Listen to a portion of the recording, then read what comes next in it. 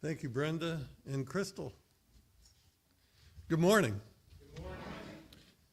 I'm Dale Johannesmeyer, an elder here at Scots Kirk, and on behalf of Pastor Jim Mitchell and the session, I'd like to welcome all of you to this worship service, those here personally in attendance and those online.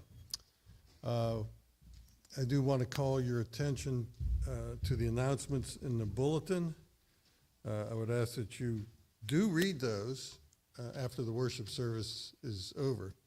There is something that's not in there, and that is we are singing one hymn from the Psalter this morning, and we don't have enough of those little blue-bound books.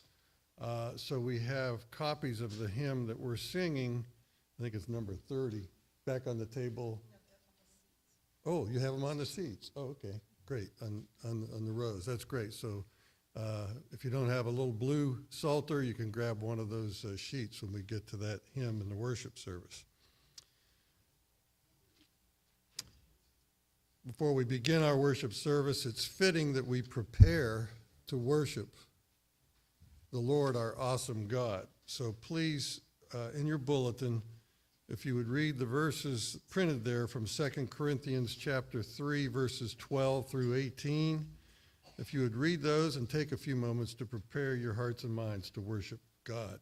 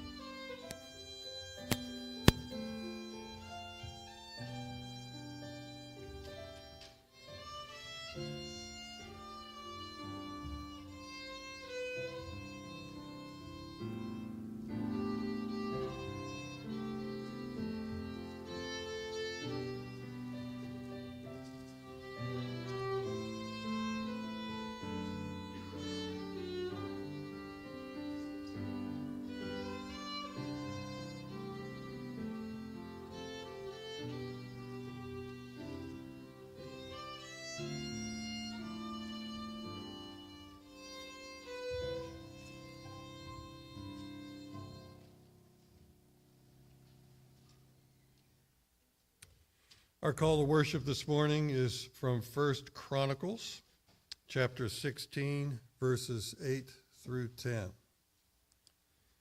Oh, give thanks to the Lord, call upon his name, make known his deeds among the peoples. Sing to him, sing praises to him, tell of all his wondrous works.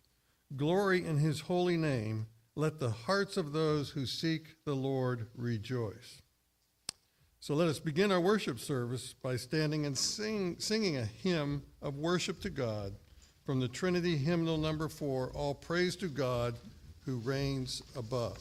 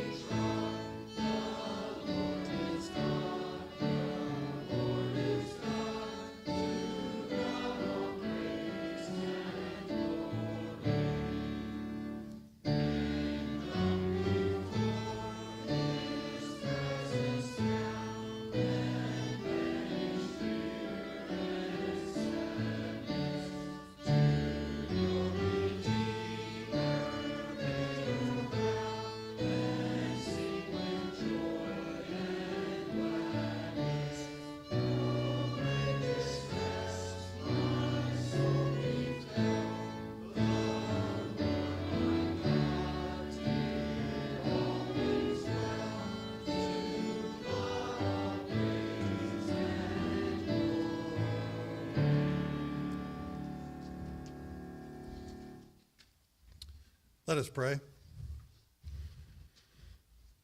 Heavenly Father, precious Son, Holy Spirit, you are the great I am. You are the creator of all that exists. You are the most high, the most holy, the most righteous.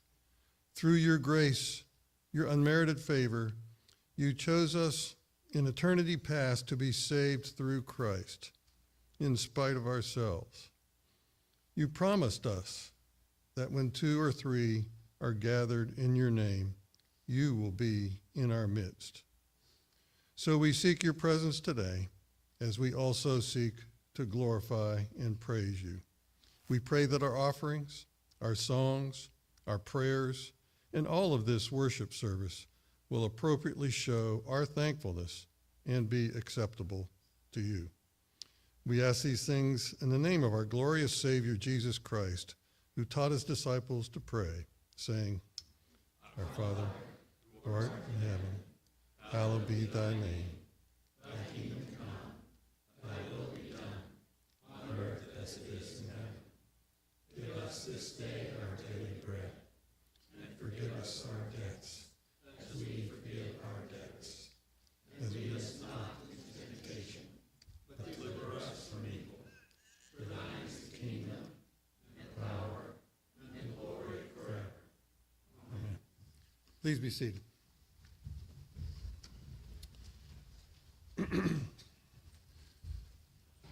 Our confession of sin is printed in the bulletin, and let us pray this confession of sin together.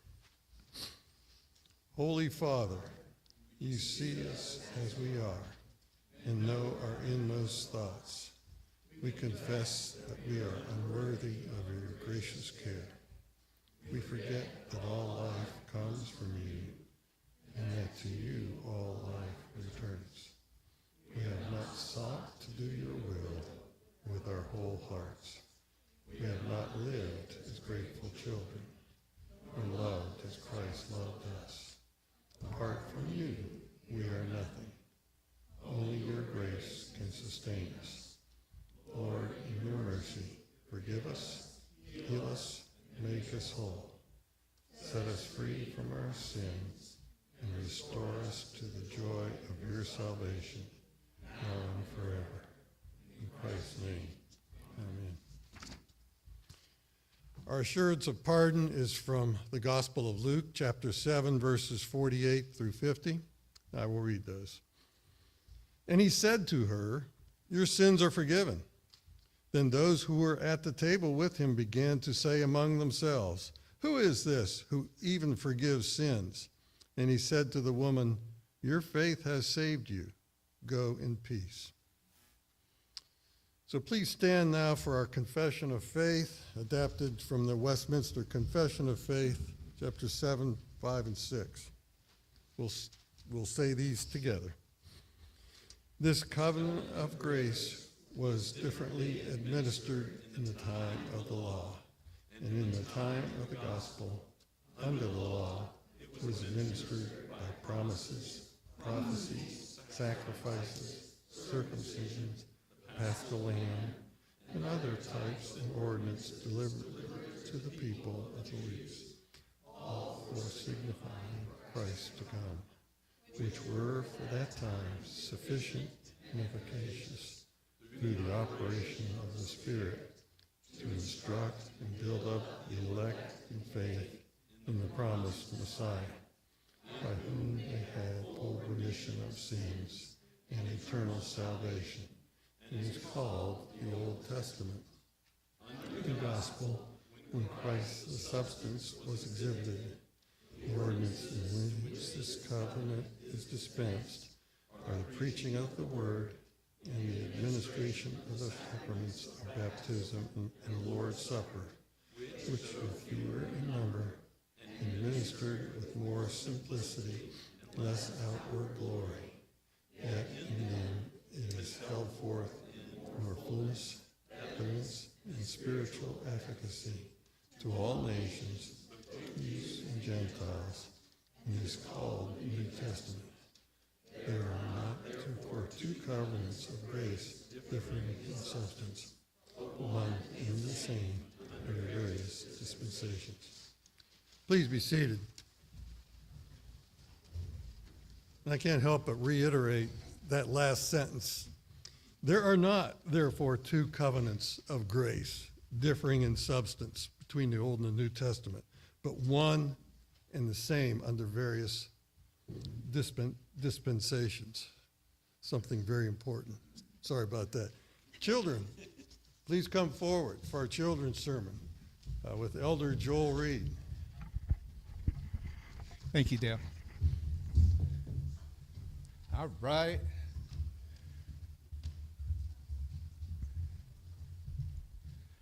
Okay, there we go. One more. All right. So, have you ever done something that you didn't want to do, but you knew was the right thing to do? You have? It's one of those that's tough because we live in a world where a lot of people say it's okay to do certain things. But when we read the Bible says, no, you can't do that. This is what you need to do. And what we want to remember is that we are here to please God, right? That it's to have and enjoy our time with the Lord. And part of enjoying that is doing what he tells us to do. And I want you to listen closely to the scripture when Pastor Mitchell reads it. Because it's talking about Isaac and a time where he had to go someplace. And the Lord said, stay here. Don't go there. And you know what? He did it. And the Lord blessed him for it. The Lord will always make it right for us to do what he asks us to do. That's how we please him. Let's pray. Dear Heavenly Father, we do thank you that you give us your word and you tell us exactly what we need to do to please you. We pray that you would give us the courage to stand up against things of this world that we know we shouldn't do and do those things that you ask us to do. In Jesus' name we pray. Amen.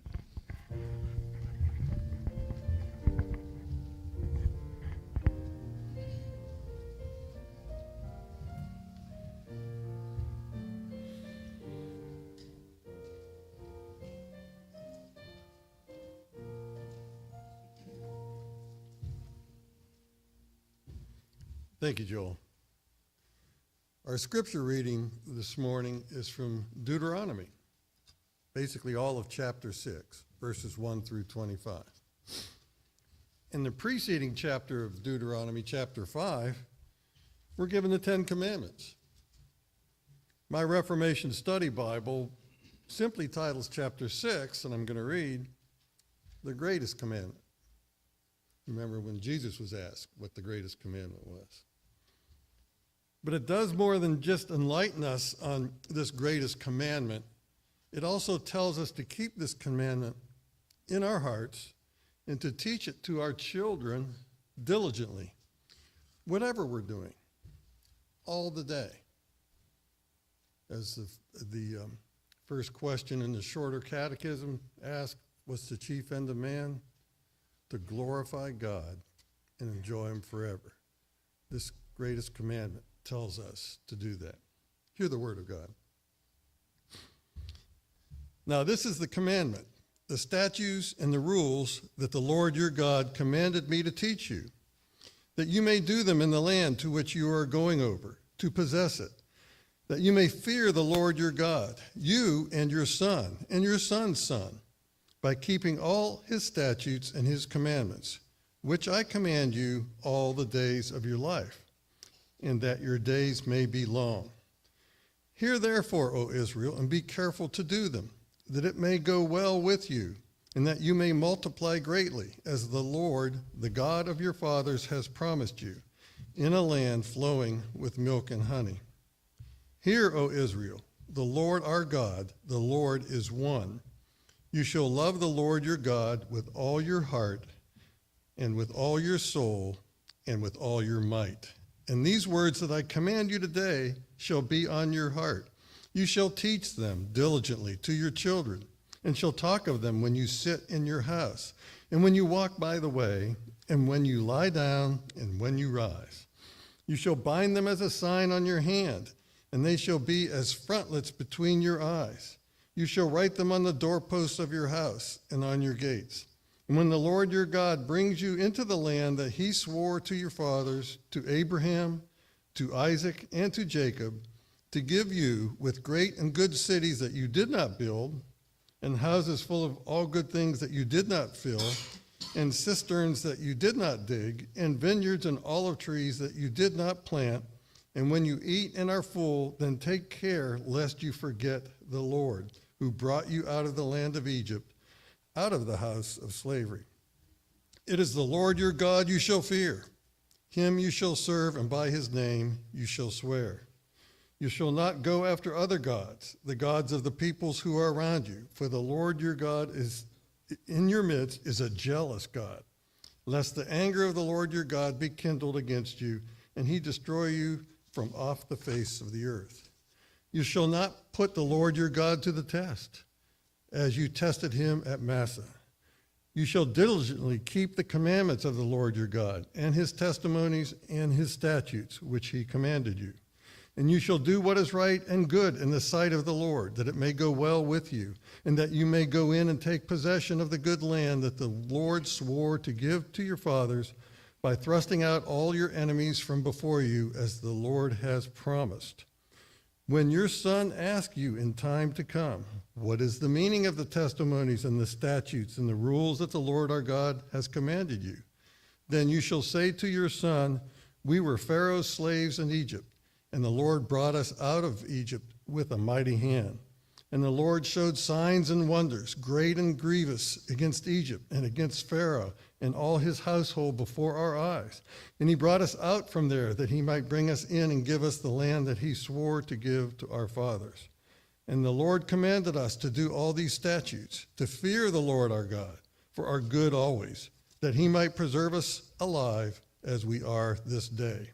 And it will be righteousness for us if we are careful to do all this commandment before the Lord our God, as he has commanded us. The grass withers, the flower fades, but the word of our God will stand forever. Amen.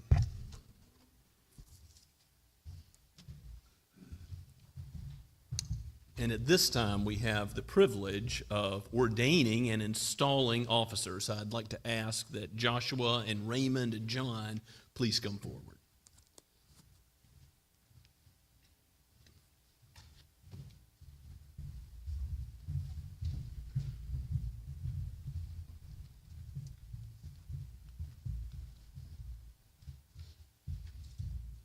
These men are familiar to you, for we have just elected them in our congregational meeting to serve. John as an elder, again, being reinstalled to that office. Raymond as a deacon, again, being reinstalled to that office. And Joshua being ordained to the office of deacon for the first time and being installed to that office. So our form of government in the ARP gives us 7 vows, which are to be taken by Josh for the ordination to the office of deacon, and then for those being reinstalled, both the elder and to the office of deacon, the last 3 vows are applicable. So I'll ask you to join in and say those with Josh when we get to the final 3.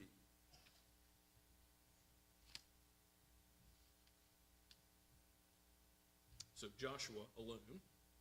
Do you believe in one God, Father, Son, and Holy Spirit? And do you confess anew the Lord Jesus Christ as your Savior and Lord, and acknowledge him head over all things for the church, which is his body? Do you? Yes. And secondly, do you reaffirm your belief in the Bible, the scriptures of the Old and New Testaments, as the word of the living God, the only perfect rule of faith and practice, infallible in all that it teaches, and inerrant in the original manuscripts, and to which nothing is to be added, and from which nothing is to be taken at any time or upon any pretext? Do you? Yes.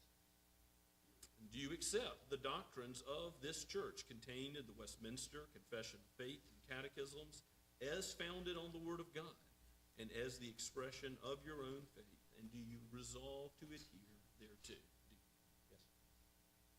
And fourthly, do you accept the government, discipline, and worship of the Associate Reformed Presbyterian Church? Do you? Yes. And now we come to the fifth vow, which I'll ask you to all answer in unison.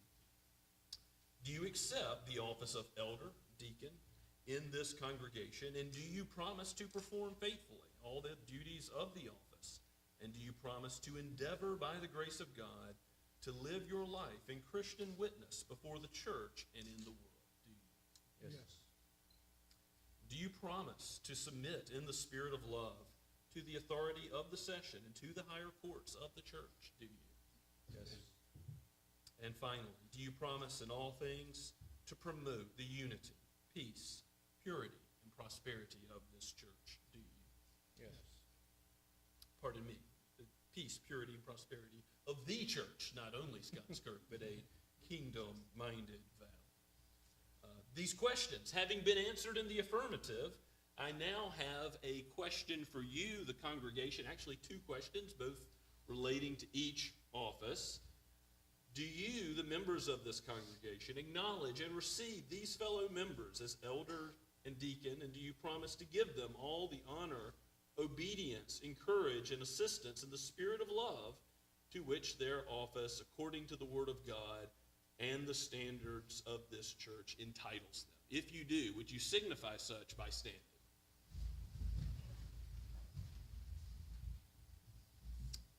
At this time, I'm going to ask that the elders of the church who are present come forward for the laying on of hands as we pray the ordination prayer with Josh kneeling, please. Josh, if you'll kneel.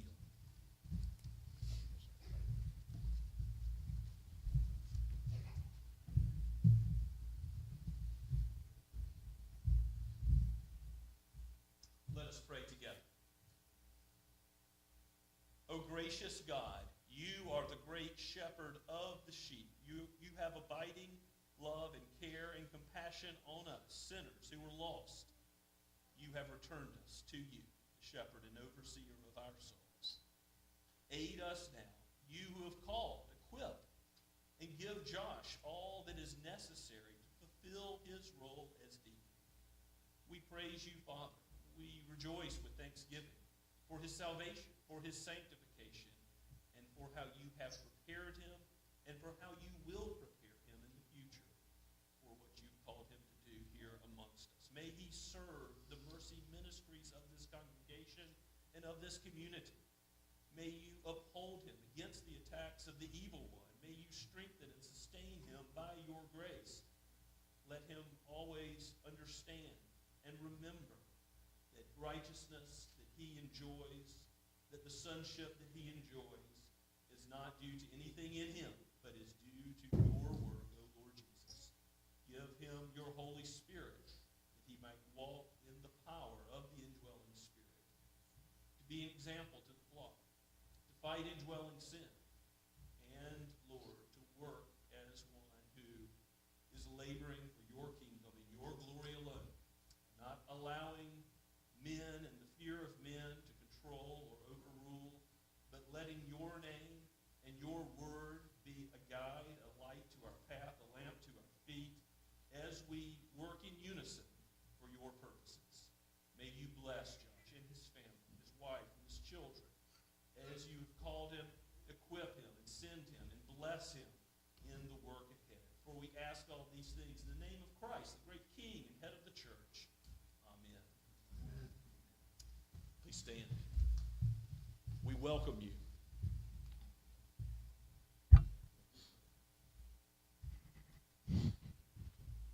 We give you the right hand of fellowship. Please be seated.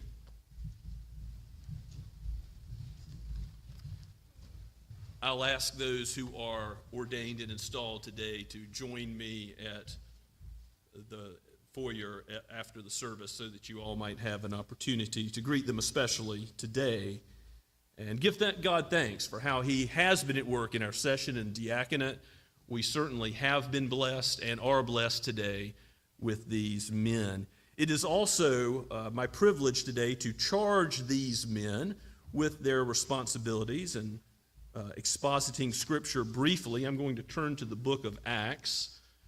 In the book of Acts, there are, as the Word of God is exploding, going out to the Gentile world, there are some needs, some mercy ministry needs that are being overlooked. We'll look at Acts 6, verses 1 through 7, where deacons are first ordained by God. This office is not of human origin. Of course, this will have particular importance to Joshua, who's ordained today, and also to Raymond and the rest of the deacons, and we'll then relate it to the work of the elder also briefly as well in the book of Acts.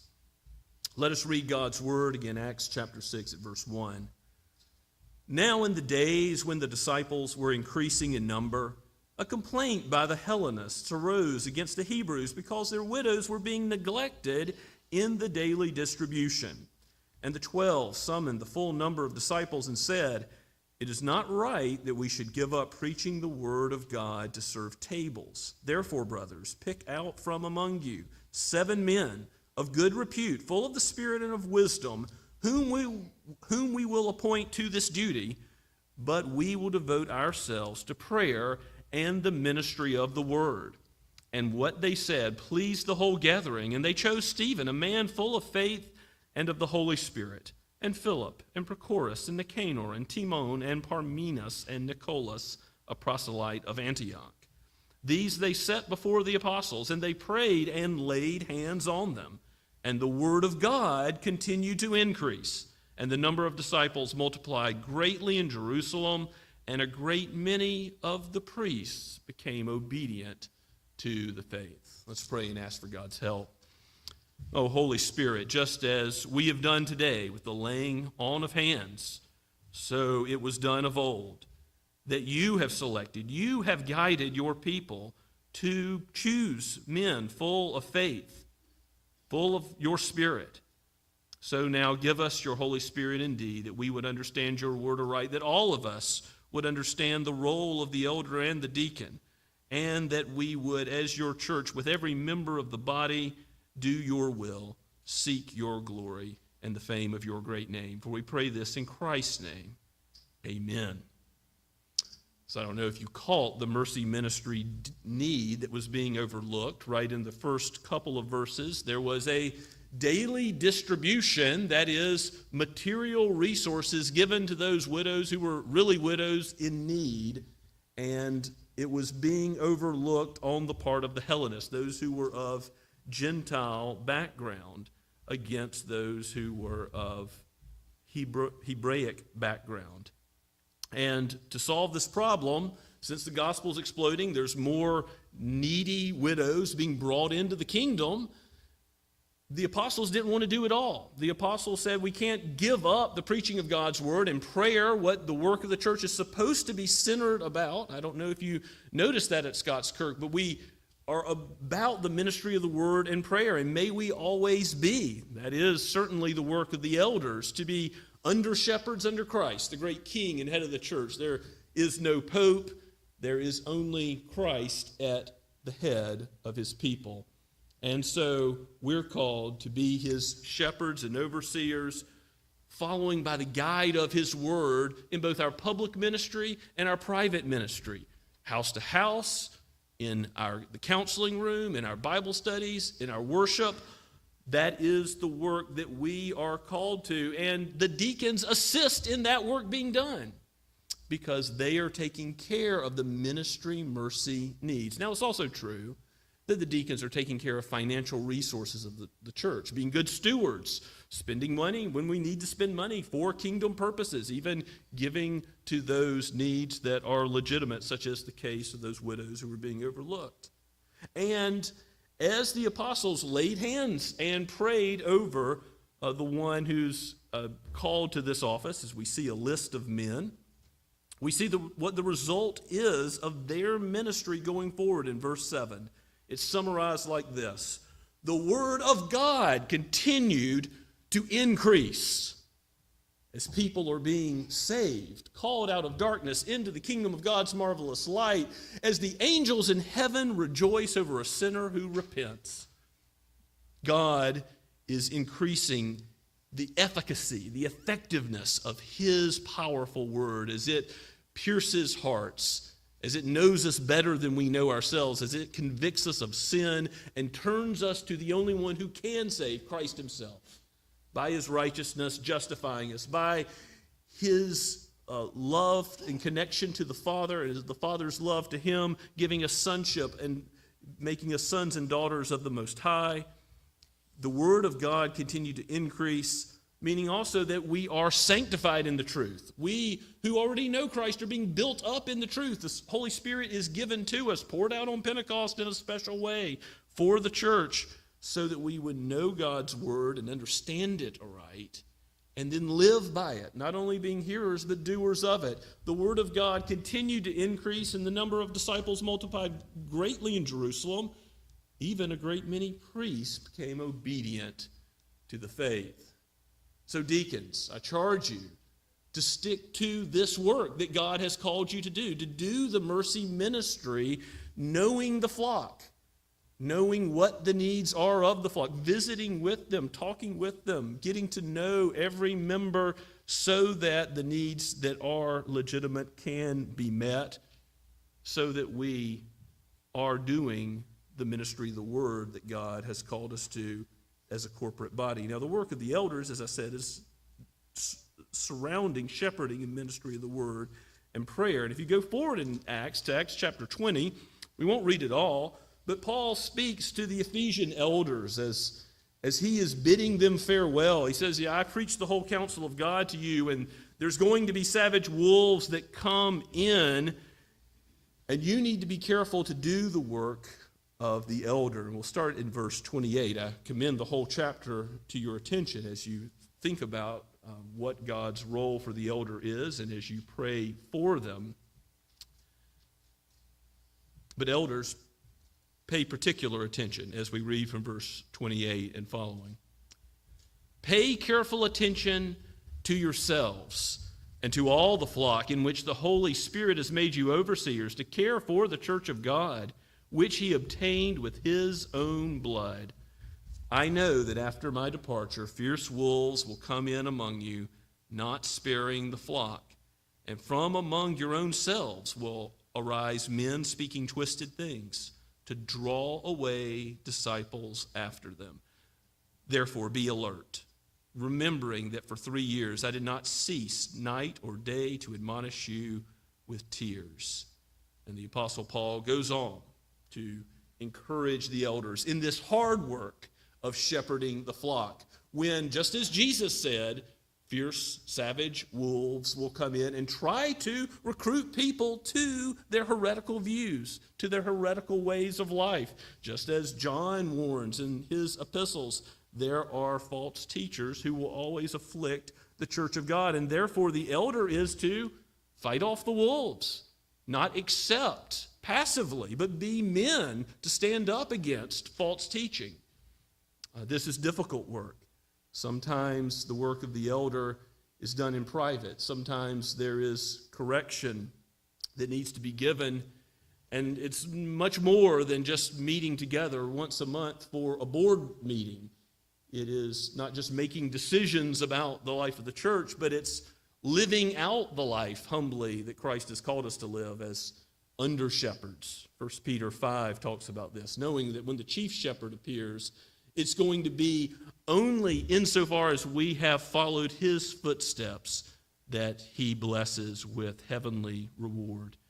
God has called you elders to be overseers who do not lord that authority over the flock, but humbly seek to point the sheep to their shepherd, to Christ himself, the one who can save. And yes, correct, guide, steer by the word of God. May all that we do in public and private, men, be faithful to God's word. May he give the strength. We are fallible men. Pray for your elders and your deacons. Please pray for us. We need God's help to walk the walk he's called us to, both personally, in our own lives, and in doctrine, in the truth, to stand up where we should stand up, and to guide the flock into what Jesus has taught us. Let's give him thanks and pray together. Oh Lord, we give you thanks for your word, for these men that you have called. You've called, gift, equipped, and you will call and gift and equip in the future. We thank you, Father, for how you have provided for Scots Kirk in the years before, and we thank you for the years ahead of time, knowing that you will be faithful to guide your church. Lord, bless both Joshua and Raymond and the work of the diaconate and all the deacons, and bless John and all the elders that you have called to be your under-shepherds. Give them humility as leaders, that they would seek not merely the good of other sheep, but the good that you have called them to, according to your word and your glory, according to your standards. Let them shepherd, let them serve. We pray all this in Jesus' name. Amen.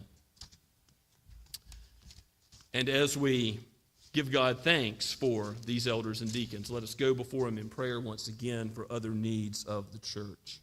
Let us pray.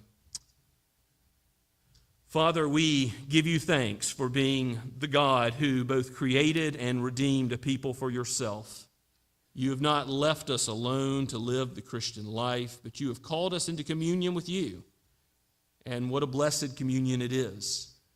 The covenant is fulfilled by you, not by us. We have no merit, no righteousness in ourselves, but Christ has kept the covenant so we might be redeemed, so that we might be blessed. Lord, give those who have a sense of their need fulfillment of that longing in Christ. For his yoke is easy, his burden is light. We thank you, Father, that you have provided the way of salvation in his life and his death. Aid us in teaching our children, teaching the next generation your statutes, the way of the blessed life, the life of joy and thanksgiving. Use your word today to convert the souls of those who have not yet trusted in Christ. Lord, if there be any hearing my voice today that have not yet turned to Christ to live, would you not give their hearts newness of life and be about building up your kingdom, expanding the great reach of your word, just as you have done in centuries and millennia past. Would you do so again today? Lord, revive us. O Shepherd of Israel, bring the gospel to every nation under heaven.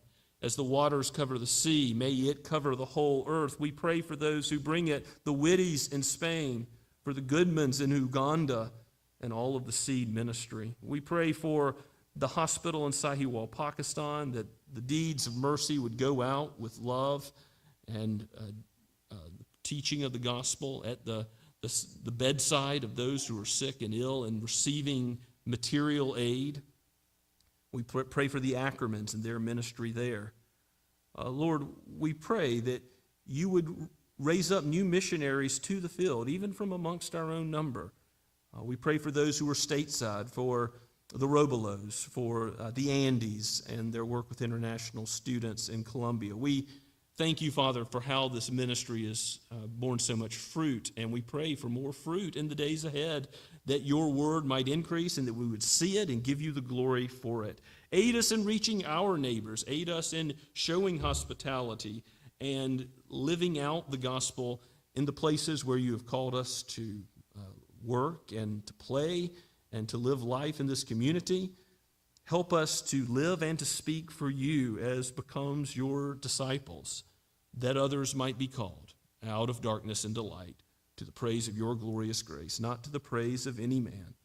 We thank you, Father, that you are at work in families, and we praise you for those children that have been born and have been raised up in the gospel. We thank you, Father, for those that you have ministered to through our youth group. Continue to work through them and through the various conferences and outings which they have planned. May your word be central in building them up in the truth and in fellowship with one another. We ask, Father, that you would clear the way for the short-term mission trip to Appalachia this summer and provide the advisors for that. We thank you, Father, for how you have blessed us with those who have already stepped up with the youth, and pray for others who will do the same. And we give you thanks, Father, for Sierra and Gavin, for their wedding, which is planned, and we pray that you would bless them all of their days together. We rejoice in how you have brought Dick Reason back to us in good health, and how you have healed Mildred when we cried out in prayer for her and brought her back to us today. We give you thanks, Father, for how you have been with Daniel through his recent ordeal, and pray for his surgery ahead, that you would give him full recovery. We lift these things before you, knowing that you care for both the body and the soul. Teach us by your word. Do not allow us to leave as we have entered, but make us more like Christ. For we pray in the name of the great King and head of the church, even Christ himself. Amen. And as we continue to worship our God, let us stand and sing once again this Trinity hymnal, number 691. It is well with my soul.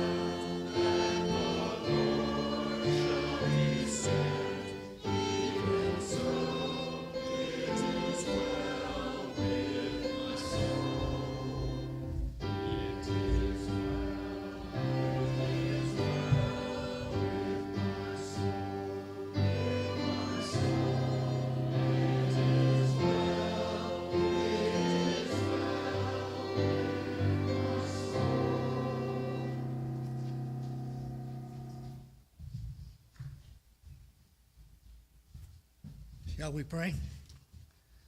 Lord God, Father in heaven, Jesus, Holy Spirit, what a privilege to stand here and say, it is well with my soul for everything that you have brought me through. sickness, health, wealth, loving one another here at Scots Kirk. I pray, Lord, that these tithes and offerings that we receive today will be used to further our kingdom, your kingdom, not our kingdom, your kingdom here on earth, like it is in heaven. To honor the widow and the orphan, and bring praise to your name, because it is well with my soul. In Jesus' name, amen.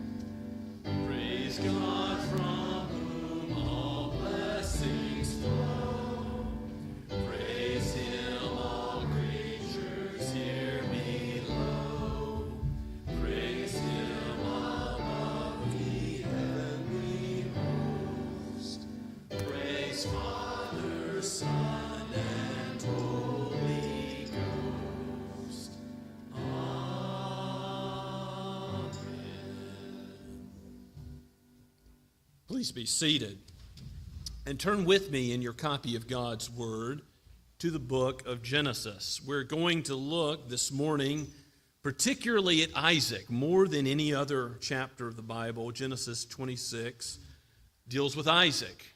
Many times through the Scripture, God is called the God of Abraham, Isaac, and Jacob. Abraham gets quite a few chapters, Genesis 12 to 25. Jacob, as we'll see, many chapters to come. But this is the chapter that focuses in the most on Isaac. Last week we saw that Isaac and Rebekah prayed, and Rebekah conceived and bore twins, Jacob and Esau. And we'll see how that conflict that began in the womb plays out. But before that, we're going to look at the life of Isaac and how God repeats and gives the covenant promises he gave to Abraham to him specifically. We'll look this morning, because of the ordination and installation, we're only going to look at half of the chapter. So next week we'll complete Genesis 26. We'll look at verses 1 through 17 this morning. Let's give our attention to God's holy word, penned by Moses and breathed out by God himself. Now there was a famine in the land, besides the former famine that was in the days of Abraham. And Isaac went to Gerar, the Abimelech king of the Philistines, and the Lord appeared to him and said, Do not go down to Egypt. Dwell in the land of which I shall tell you. Sojourn in this land, and I will be with you and will bless you, for to you and to your offspring I will give all these lands, and I will establish the oath that I swore to Abraham your father. I will multiply your offspring as the stars of the heaven, and I will give to your offspring all these lands, and in your offspring all the nations of the earth shall be blessed, because Abraham obeyed my voice and kept my charge, my commandments, my statutes, and my laws. So Isaac settled in Gerar. When the men of the place asked him about his wife, he said, "She is my sister," for he feared to say my wife, thinking, lest the men of the place should kill me because of Rebekah, because she was attractive in appearance.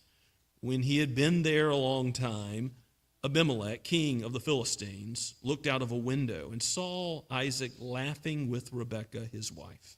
So Abimelech called Isaac and said, "Behold, she is your wife. How then could you say, 'She is my sister'?" Isaac said to him, "Because I thought, lest I die because of her." Abimelech said, "What is this you have done to us? One of the people might easily have lain with your wife, and you would have brought guilt upon us all."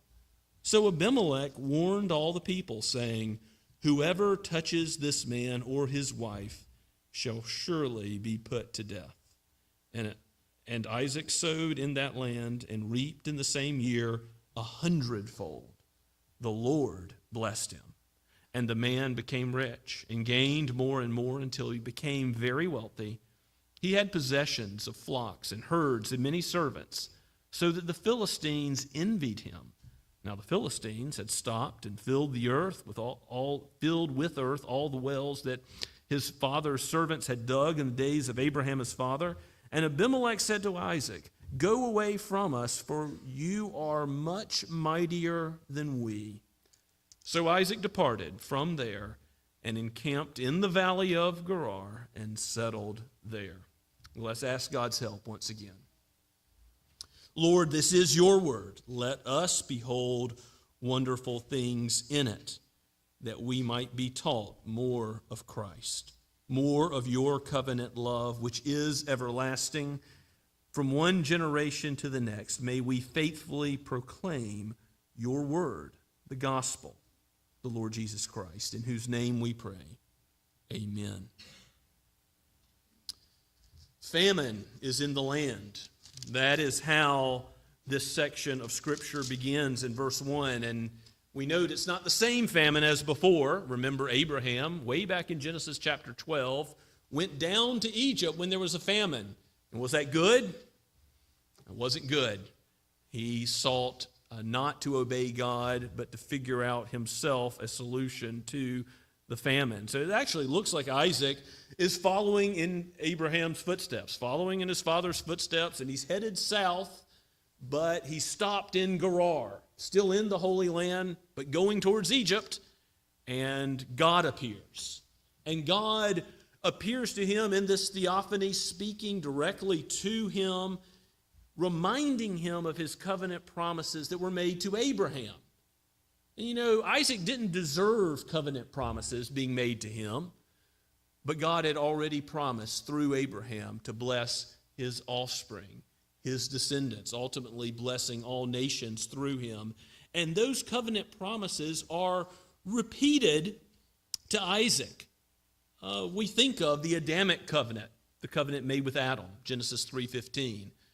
We think of the Noahic covenant, the covenant God made with Noah in Genesis 8 and 9, and the sign of the rainbow accompanying it. We think of the covenant God made with Abraham in the first several chapters. It's stated in chapter 12 initially, the ceremonies in Genesis 15. But God here gives the Isaiah covenant. It is essentially a restatement of the covenant with Abraham, but it is making absolutely clear, so that there's no doubt about it, God, the God who lives and created all things out of nothing by the word of his power and all very good in the space of 6 days, this is the God that redeemed Abraham, that gave Abraham the credit of being righteous, though he was an undeserving sinner, by faith that God had given him as a gift. And here is Isaac receiving the same benefits that Abraham received, the same promises that Abraham received. You look at, again in what God says to Isaac. He says, sojourn in this land. That is, stay for a while in Gerar. Do not go down to Egypt at the end of verse 2. And Isaac's going to obey that.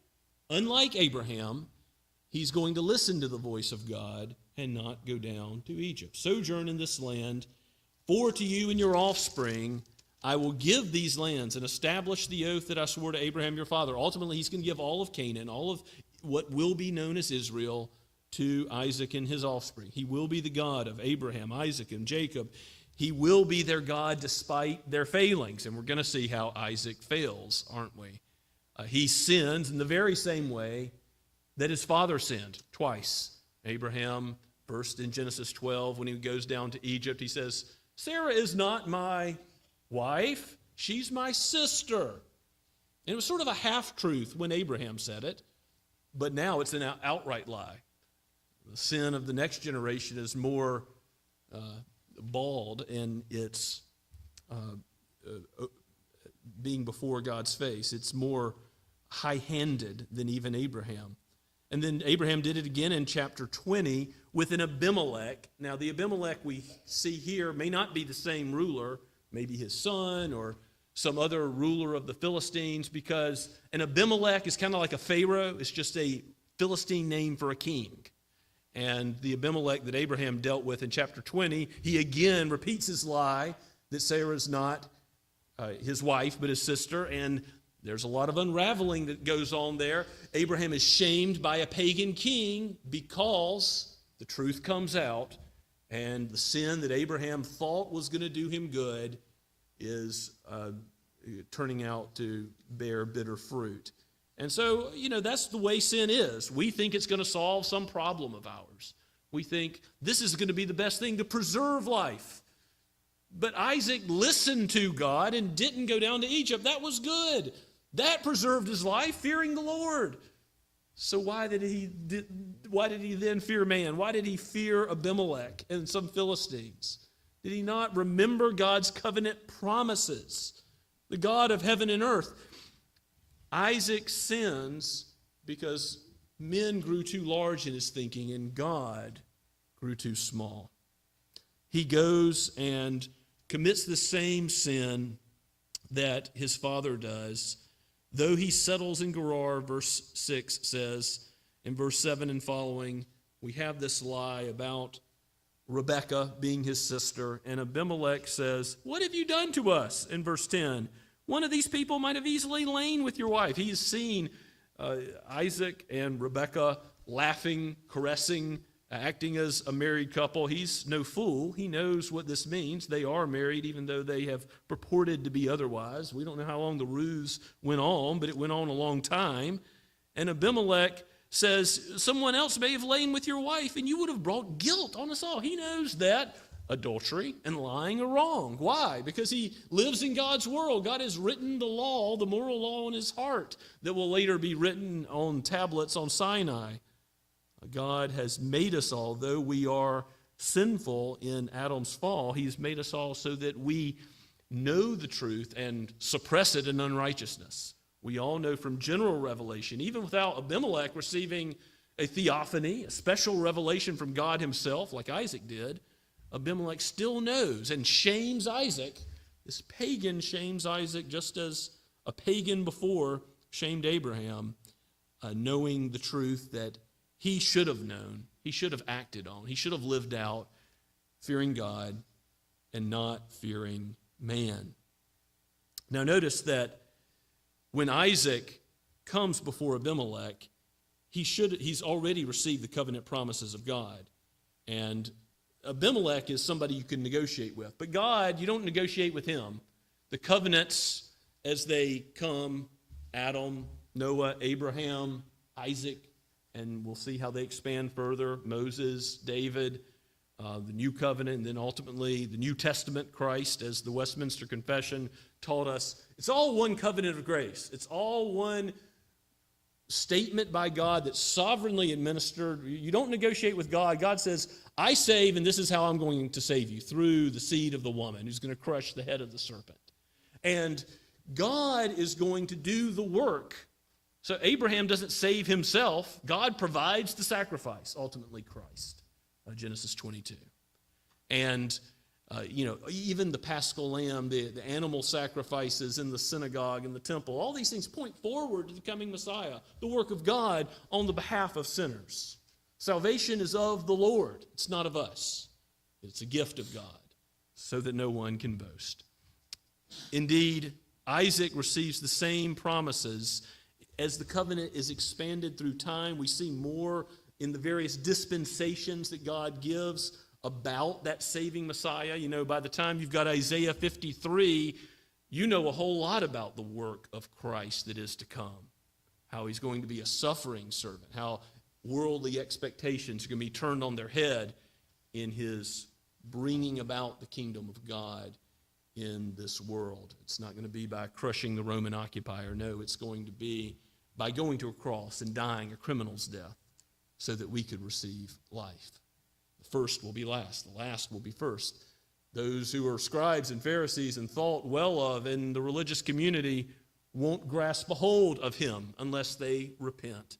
It is sinners, tax collectors, wicked businessmen, adulterers that repent and cling to Christ in droves. It is this repentance that goes out to the Gentile world and that God works by his word to build up his church through Christ.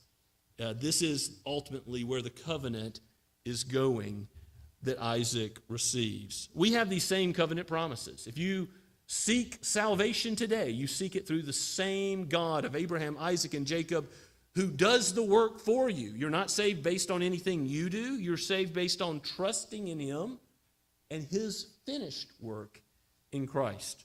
He atones for our sin, pays the price we could not pay. He lives the perfect life we could not live. And the angels in heaven indeed rejoice whenever a sinner repents and looks to Christ with faith. We see that Isaac is still going to have failings, but God graciously grants this sort of repentance and faith to Isaac. Though his eyes are going to grow dim, he's going to deceive and sin again, he is a recipient of these covenant promises. And so when he goes before Abimelech, he shouldn't have feared Abimelech. He should have feared Yahweh, the one who can kill both the body and the soul. As Jesus says, don't fear the one who can kill the body only. Fear the one who can destroy both body and soul in hell. Matthew chapter 10. Ultimately, nothing can separate us from Christ's love. That's what Paul says in Romans chapter 8, so that we don't fear men, even if a time of persecution should come, even if we are like those early Christians who go into the Colosseums and are torn apart by wild animals. What can separate us from Christ's love? Can anything that earthly rulers do ultimately affect our salvation? No, not in the least. If God is for us, who can be against us indeed? So when the pressure is on you to fear man, have faith in God. Trust his word. Let Isaac be a lesson to you. Sin is not going to be the resource you think it is. It's not going to be the solution to your problem at all. The earthly blessing that Isaac gets, the 100-fold increase, is all from God. It's material blessing that is more common in the Old Covenant. It is something that the Philistines see and fear. They say, well, Yahweh is with you. Go away from us. You're much mightier than we are. And so we ended the text in verse 17 with him camping in Gerar, being feared by the Philistines. But we'll see how Isaac is going to negotiate next week, Lord willing. We'll see how he'll solve problems peacefully now with the Philistines from the standpoint of being one who is in connection with Yahweh. He's going to live at peace with all men as far as it's possible concerning human relationships, even with unbelievers. Now, the gospel does reverse worldly expectations. Yes, Isaac had wealth, but in the new covenant, Paul says in 1 Corinthians chapter 1 that not many of you were wealthy, not many of you were wise, not many of you had a high calling. Again, it's those who know their need. It's the poor in spirit that are able to come to Christ and be saved. Is it possible for a rich man to enter the kingdom of heaven? It's impossible with man, but possible with God. God calls sinners to repentance. The only ones who can come and eat at the marriage supper of the Lamb, the only ones who can know everlasting blessing, the abiding care of the shepherd now and forever in his kingdom, are those that know their need and confess their sin and repent and turn to him.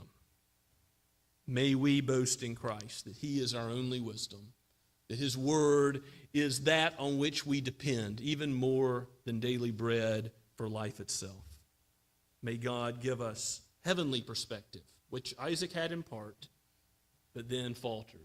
May God give us a heavenly perspective to keep our eyes fixed on the author and finisher of our faith as we live life together as God's children, as we seek to do ministry in his name. May he take our eyes off of self. May he place our eyes on his glory and the fame of his great name, that we might serve him faithfully. Let's pray together. Oh Lord, we need your word. It is precious, more precious than silver and gold, more precious than honey from the honeycomb. You have given it for our instruction, and we ask that you would emblaze it upon our hearts, that we would feel the joy and thanksgiving that is appropriate to your being your adopted sons and daughters. We pray that you would let us live out of that confidence that we have in being bought by such a precious price as the blood of your Son, in whose name we pray. Amen. And let us rejoice once again in the Lord. Our final worship song is from the Psalter, number 30. So the blue Psalter, or in the case of you don't have a Psalter, some handouts that have Xeroxed that psalm. Let's stand as we sing. You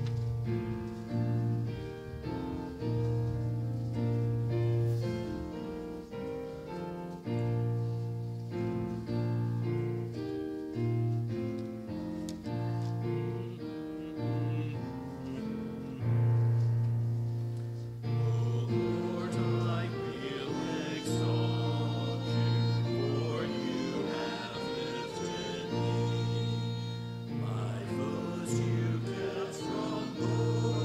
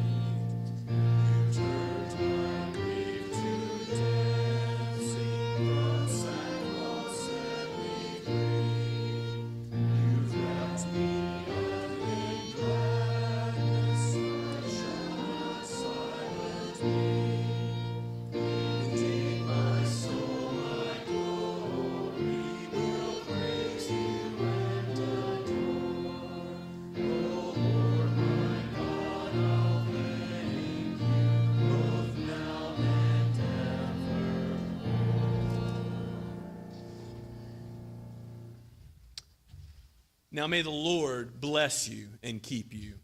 May the Lord make his face to shine upon you and be gracious to you. May the Lord lift up his countenance upon you and give you peace, now and forever. Amen and amen.